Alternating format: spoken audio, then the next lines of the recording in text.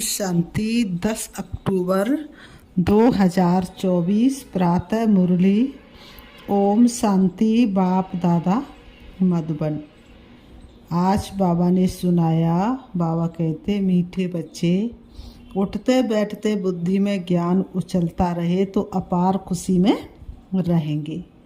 उठते बैठते बुद्धि में ज्ञान उछलता रहे तो अपार खुशी में रहेंगे। आज की मुरली से बाबा ने प्रश्न किया, तुम बच्चों को किसके संग से बहुत बहुत संभाल करनी है?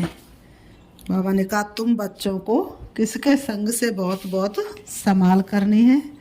उत्तर में बाबा ने बताया, जिनकी बुद्धि में बाप की याद नहीं ठहरती, बुद्धि इधर उधर भटकती रहती है।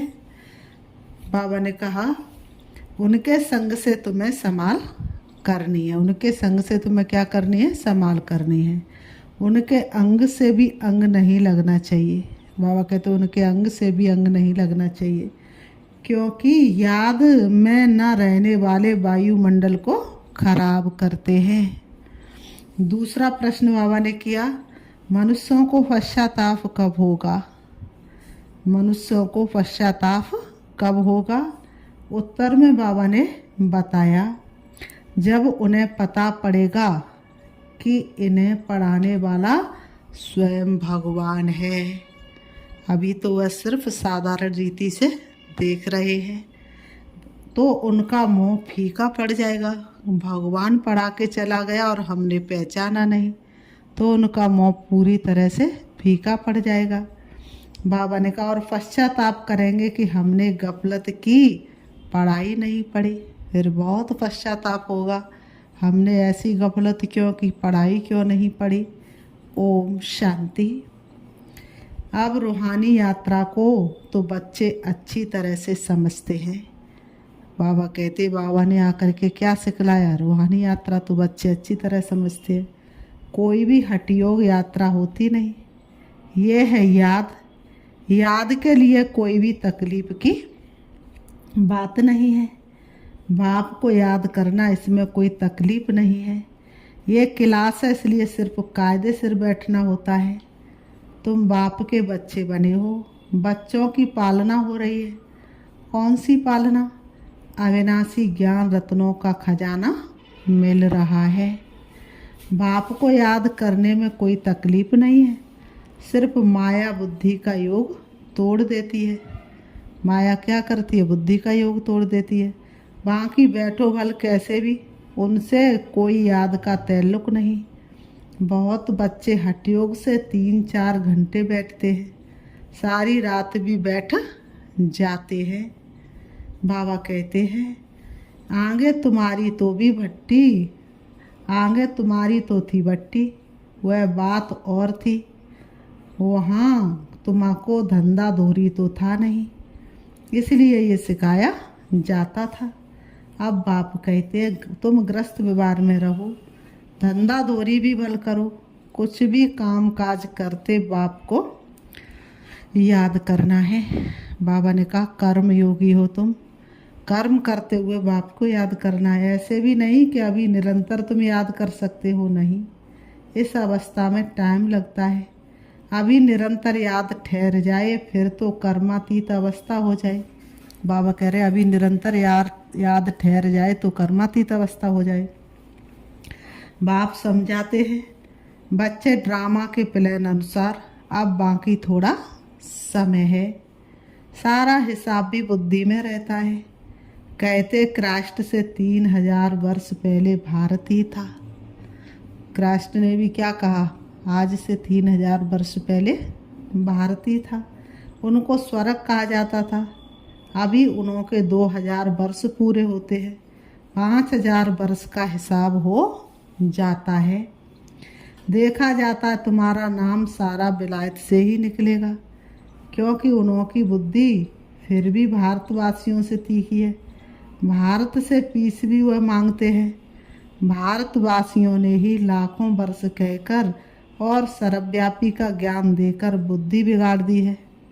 तमो प्रधान बन गए हैं। वह इतने तमो प्रधान नहीं बने, उनकी बुद्धि तो बड़ी तीखी है। उनका जब आवाज़ निकलेगा तब भारतवासी जागेंगे। बाबा ने कहा क्योंकि भारतवासी एकदम घोर नींद में सोए हुए हैं। सबसे ज़्यादा घोर नींद में कौन सोए हुए हैं? भारतवासी। तो बाबा कहते हैं वह थोड़े सोए हुए हैं, उन्हों से आवाज़ अच्छा निकलेगा। विलायत से आए भी थे कि हमको कोई बतावे पीस कैसे हो सकती है, क्योंकि बाप भी भारत में ही आते हैं। ये बात तो तुम बच्चे ही बता सकते हो। दुनिया में फिर से वह पीस कब और कैसे होगी? तुम बच्चे तो जानते हो, बरोबर पैराडाइज अथवा हेवन था। तुम बच्चे जानते बरोबर स्वर्ग था। नई दुनिया में भारत पैराडाइज था, ये और कोई भी नहीं जानते हैं। मनुष्यों की बुद्धि में ये बात ही बैठ गई है कि ईश्वर सर्वव्यापी है और कल्प की आयु लाखों वर्ष कैदी है। सबसे जास्ती पत्थर बुद्धि ये भारतवासी ही बने हैं। बाबा कहते हैं सबसे ज़्यादा पत्थर बुद्धि कौन बने हैं? ये भारतवासी ही बने हैं। ये गीता शास्त्र आदि सब है भक्ति मार्ग के, फिर भी ये सब ऐसे ही बनेंगे। भले ड्रामा को जानते हैं फिर भी बाबा ने कहा भले ड्रामा को जानते हैं लेकिन फिर भी बाप तो क्या कराते हैं? पुरुषार्थ कराते हैं बच्चों को। तुम बच्चे जानते हो विनाश तो जरूर होगा, आसार सारे दिखाई दे रहे हैं। अब ज़्यादा देर नहीं है, बाप आए ही है नई दुनिया की स्थापना करने। ये तो खुशी की बात है ना। बाबा ने कहा ये तो खुशी की बात है ना। जब कोई बड़ा इम्तिहान पास करते तो अंदर में खुशी होती है ना, कितनी खुशी होती है। फिर उस समय मेहनत सब भूल जाते हैं। हम ये सब पास कर ये देवता, तो बाबा ने कहा तो अंदर में खुशी होती है ना। हम ये सब पास कर ये देवता जाकर बनेंगे। सारा मदार किस पर है? पढ़ाई पर और तपस्या पर। तुम बच्चे जानते हो बरोबर बाप हमको पढ़ाकर ये बनाते हैं। बरोबर पैराडाइज हेवन था, भारत सोने की चिड़िया था। मनुष्य तो बेचारे बिल्कुल ही मूझे हुए हैं। बेहद के बाप पास जो ज्ञान है वह तुम बच्चों को दे रहे हैं। बाप की तुम महिमा करते हो। बाबा नॉलेजफुल है, फिर बिल्सफुल भी है। खजाना भी उनके पास फुल है। मनुष्यों के पास खजाना भी बाबा ने कहा फुल है। तुमको इतना साहूकार कौन बनाता है? यहाँ तुम क्यों आए हो? बाबा ने कहा वर्षा पाने। अगर कोई की तंदुरुस्ती अच्छी है परंतु धन नहीं है तो धन बिगड़ क्या होगा? बैकुंठ में तो तुम्हारे पास धन रहता है। यहाँ जो साहूकार है उनको नशा रहता है। हमारे पास इतना धन है, ये कारखाने आदि है। शरीर छोड़ा सब खलास। कितना अहंकार है, हम इतने धनवान हैं, हमारे पास इतना धन है और शरीर छूटा तो सब खलास। तुम तो जानते हो हमको बाबा 21 जन्मों के लिए इतना खजाना दे देते हैं। बाप खुद तो खजाने का मालिक नहीं बनते हैं, तुम बच्चों को मालिक बनाते हैं। ये भी तुम जानते हो विश्व में शांति तो सिवाय गॉड फादर के कोई स्थापन कर ना सके। सारे विश्व में भगवान के अलावा तो कोई सुख शांति स्थापन कर ना सके। सबसे फर्स्ट क्लास चित्र है ये त्रिमूर्ति गोले का। इस चक्र में ही सारा ज्ञान भरा हुआ है। तुम्हारी ऐसी कोई वंडरफुल चीज़ होगी तब वह समझेंगे इसमें ज़रूर कोई ऐसा राज है। बाबा ने कहा बाबा कहते बच्चे कोई छोटे छोटे खिलौने बनाते हैं, वह बाबा को पसंद नहीं आते हैं। बच्चे क्या करते? छोटे छोटे चित्र बनाते हैं जो किसी को अर्थात रीति दिखाई भी ना दे। बाबा ने कहा ऐसे छोटे छोटे खिलौने बाबा को पसंद नहीं आते हैं। बाबा कहते बड़े बड़े चित्र बनाओ जो दूर से दिखाई दे। बाबा तो कहते बड़े चित्र लगाओ जो दूर से कोई पढ़कर समझ सके। ऐसे चित्र लगाओ जो दूर से कोई पढ़कर समझ सके। मनुष्य अटेंशन बड़ी चीज़ पर देते हैं, छोटी चीज़ पर अटेंशन किसी का नहीं जाता है। बाबा ने कहा इसमें क्लियर दिखाया हुआ है उस तरफ है कलयुग और इस तरफ है सतयुग। बाबा कहते बड़े बड़े चित्र होंगे तो मनुष्यों का अटेंशन खींचेगा, टूरिस्ट भी देखेंगे, समझेंगे भी वह अच्छी तरह से। ये भी जानते हैं क्राइस्ट से 3000 वर्ष पहले स्वर्ग था। बाहर तो ऐसे नहीं जानते। 5000 वर्ष का हिसाब तुम क्लियर कर समझाते हो, तो ये इतना बड़ा बनाना चाहिए जो दूर से देख सके और अक्षर भी पढ़ें, जिससे समझे कि दुनिया की अंत तो बरोबर है, जिससे समझे इस दुनिया की अंत तो बरोबर है। बॉम्ब्स तो तैयार होते रहते हैं, नेचुरल कैलेमिटीज भी होगी। तुम विनाश का नाम सुनते हो तो अंदर में खुशी बहुत होनी चाहिए। तो खुशी होती है या फिर हलचल होती है? जिनकी अवस्था परिपक्व होगी उनको खुशी होगी, जिनकी अवस्था परिपक्व नहीं होगी उनके अंदर हलचल होगी। परंतु ज्ञान ही नहीं होगा तो खुश भी हो ना सके। बाप कहते देश सहित सब कुछ छोड़ अपने को आत्मा समझो, अपनी आत्मा का योग मुझ बाप के साथ लगाओ। ये है मेहनत की बात। पावन बनकर ही पावन दुनिया में आना है। तुम समझते हो हम ही बादशाही लेते हैं फिर गवाते हैं, ये तो बहुत सहज है। उठते बैठते चलते अंदर में टपकना चाहिए। जैसे बाबा के पास ज्ञान है ना, बाप आए ही हैं पढ़ाकर देवता बनाने, तो इतनी अथाह खुशी बच्चों को रहनी चाहिए ना। अपने से पूछो इतनी अथाह खुशी है, बाप को इतना याद करते हैं। चक्र की भी सारी नॉलेज बुद्धि में है, तो इतनी खुशी रहनी चाहिए। बाप कहते हैं बच्चों मुझे याद करो और बिल्कुल खुशी में रहो, दुख की कोई बात ही नहीं। स्वयं भगवान हमारा साथी बना है। तुमको पढ़ाने वाला देखो कौन है। जब सबको मालूम पड़ेगा तो सबका मोह ही फीका हो जाएगा। परंतु अभी उन्होंने समझाने में थोड़ी देरी है। अभी देवता धर्म के इतने मेंबर्स तो बने नहीं हैं, सारी राजाई स्थापन हुई नहीं है। कितने ढेर मनुष्यों को बाप का पैगाम देना है, कितने ढेर मनुष्यों को क्या करना है, बाप का पैगाम देना है। बेहद का बाप फिर से हमको स्वर्ग की बादशाही दे रहे हैं। तुम भी उस बाप को याद करो। बेहद का बाप तो जरूर बेहद का सुख देंगे ना।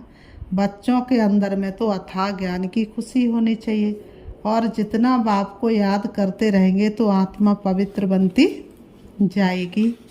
बाबा ने कहा जितना बाबा को याद करते रहेंगे उतनी आत्मा पवित्र बनती जाएगी। ड्रामा प्लान अनुसार तुम बच्चे जितना सर्विस कर प्रजा बनाते हो।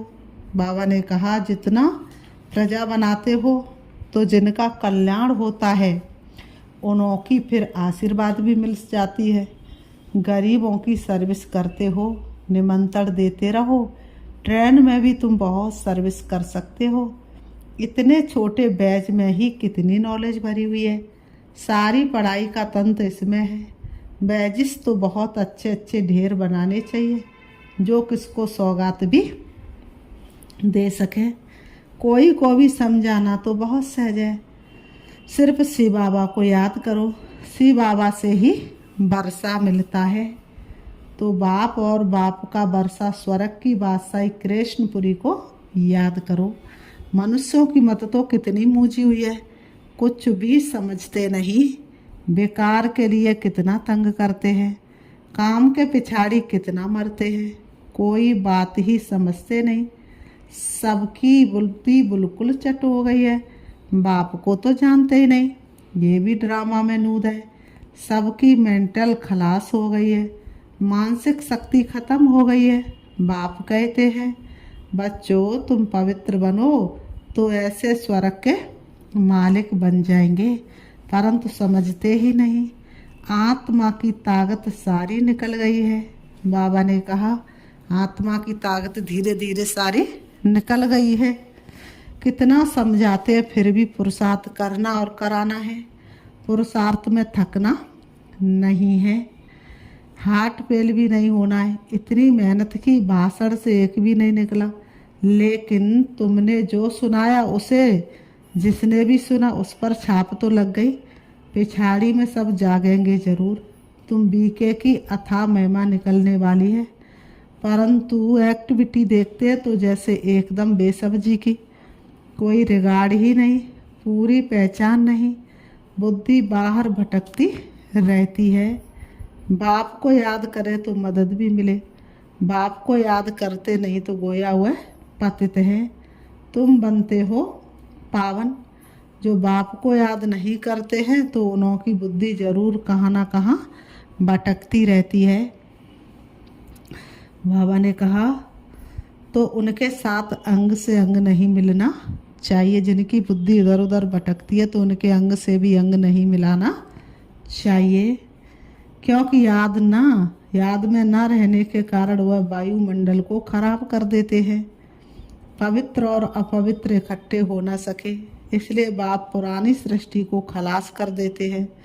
दिन प्रतिदिन कायदे भी सख्त निकलते जाएंगे। बाप को याद नहीं करते तो फायदे के बदले और ही नुकसान करते हैं। पवित्रता का सारा मदार याद पर है। बाबा ने कहा एक जगह बैठने की बात नहीं है, या इकट्ठा बैठने से तो अलग अलग पहाड़ी पर जाकर बैठे वह अच्छा है। जो याद नहीं करते वह है पतित, उनका तो संग भी नहीं करना चाहिए। चलन से भी मालूम पड़ता है याद बगैर पावन तो बन न सके। हर एक के ऊपर पापों का बोझा बहुत है। जन्म जन्मांतर का वह बगैर याद की यात्रा निकले कैसे? वह गोया पतित ही न है ना। बाबा ने कहा वो पतित ही ठहरे ना। बाप कहते मैं तुम बच्चों के लिए सारी पतित दुनिया को खलास कर देता हूँ, उनका संग भी ना हो, परंतु इतनी भी बुद्धि नहीं कि किसके साथ संग करना चाहिए। बाबा ने कहा इतनी भी बुद्धि नहीं है कि कैसा संग करना चाहिए, किसका संग करना चाहिए।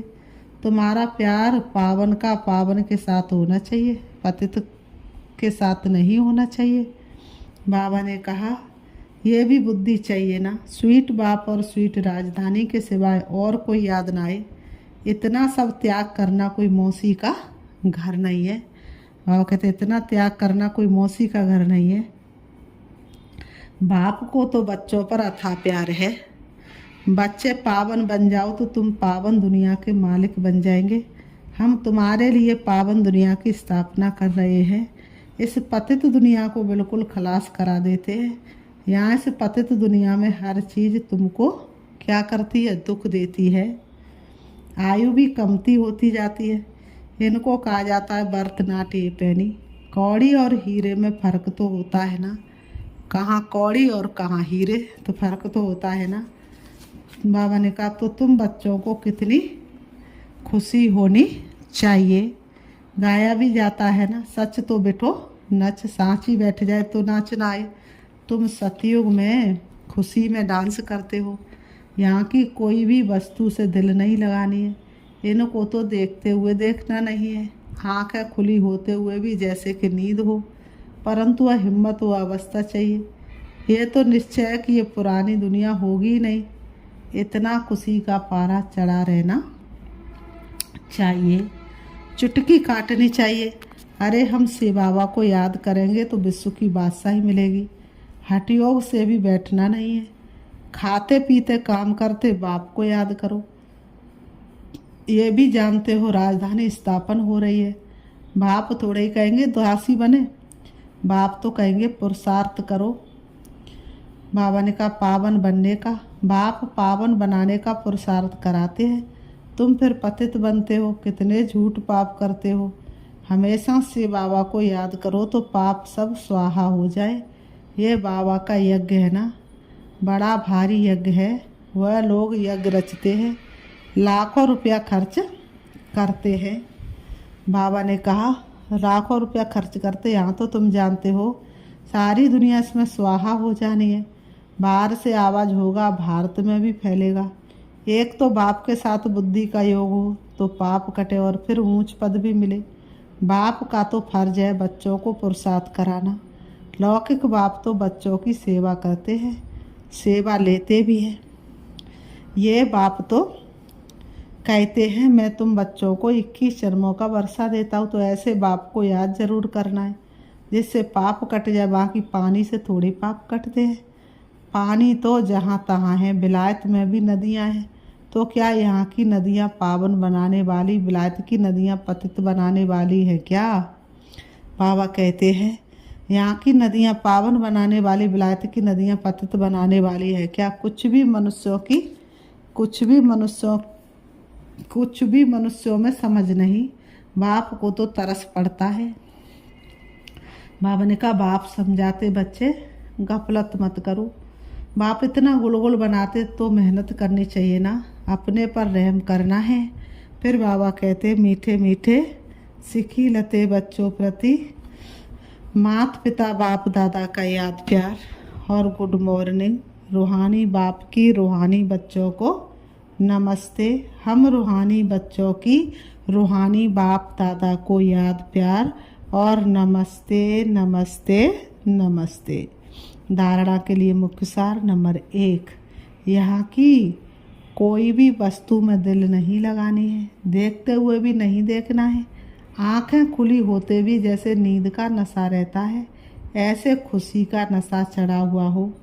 बाबा कहते हैं ऐसे खुशी का नशा चढ़ा हुआ हो। नंबर 2, सारा मदार पवित्रता पर है। बाबा कहते इसलिए संभाल करनी है कि पतित के अंग से अंग ना लगे। स्वीट बाप और स्वीट राजधानी के सिवाय और कोई याद ना आए। आज की मुरली से बाबा ने वरदान दिया है, हद की इच्छाओं को छोड़, अच्छा बनने वाले इच्छा मात्रम अविद्या भव। हद की इच्छाओं को छोड़, अच्छा बनने वाले इच्छा मात्रम अविद्या भव। स्पष्टीकरण है, मन में कोई भी हद की इच्छा होगी तो अच्छा बनने नहीं देगी। जैसे धूप में चलते हो तो परछाई आगे जाती है, उसको अगर पकड़ने की कोशिश करो तो पकड़ नहीं सकते। पीट करके आ जाओ तो परछाई पीछे पीछे आएगी। ऐसे ही अच्छा इच्छा आकर्षित कर रुलाने वाली है, उसे छोड़ दो तो वह पीछे पीछे आएगी। मांगने वाला कभी भी संपन्न नहीं बन सकता। कोई भी हद की इच्छाओं के पीछे भागना ऐसे है जैसे मृग तसड़ा, इससे सदा बचकर रहो तो इच्छा मात्रम अविद्या बन जाएंगे। आज की मुरली से स्लोगन बाबा ने दिया, अपने श्रेष्ठ कर्म व श्रेष्ठ चलन द्वारा दुआएं जमा कर लो तो पहाड़ जैसी बात भी रुई के समान अनुभव होगी। अपने श्रेष्ठ कर्म व श्रेष्ठ चलन द्वारा दुआएं जमा कर लो तो पहाड़ जैसी बात भी रुई के समान अनुभव होगी। अच्छा, ओम शांति। अभी हम प्यारे बाबा को याद करते हैं, देखेंगे अपने आप को चमकती हुई ज्योति। मैं आत्मा इस शरीर का आधार लेकर पाठ बजा रही हूँ। शरीर मेरा एक वस्त्र है, मुझ आत्मा ने शरीर का आधार लिया है। वाकई मेरा असली स्वरूप तो लाइट स्वरूप है और मेरा घर परम धाम शांति धाम है, जहाँ की मैं आत्मा रहवासी हूँ। सृष्टि रंगमंच पर पाठ बजा रही हूँ। अब मेरा पाठ पूरा हुआ, मुझे घर वापस जाना है। मैं आत्मा चली जा रही हूँ, सूरज चांद सितारों से पार, सूक्ष्म वतन से ऊपर पहुँच जाती हूँ परम धाम शांति धाम, मणियों के देश में, जहाँ प्रत्येक आत्मा मणि के रूप में चमक रही है। उससे भी ऊपर मैं देख रही हूँ अपने शिव बाबा को, जो रूप में बिंदु लेकिन गुणों में सिंधु के समान है। अति सूक्ष्म है लेकिन उनका प्रकाश संपूर्ण ब्रह्मांड में फैला हुआ है। मैं आत्मा उनकी किरणों के नीचे हूँ। उनकी शक्तिशाली किरणों से मैं आत्मा पावन बनती जा रही हूँ। मेरे जन्म जन्मांतर के विकर्म विनाश हो रहे हैं। मुझे बहुत हल्कापन महसूस हो रहा है। मुझे आत्मा का कोना कोना पावन बन रहा है। मुझे आत्मा के कोने कोने में शक्ति बढ़ती जा रही है।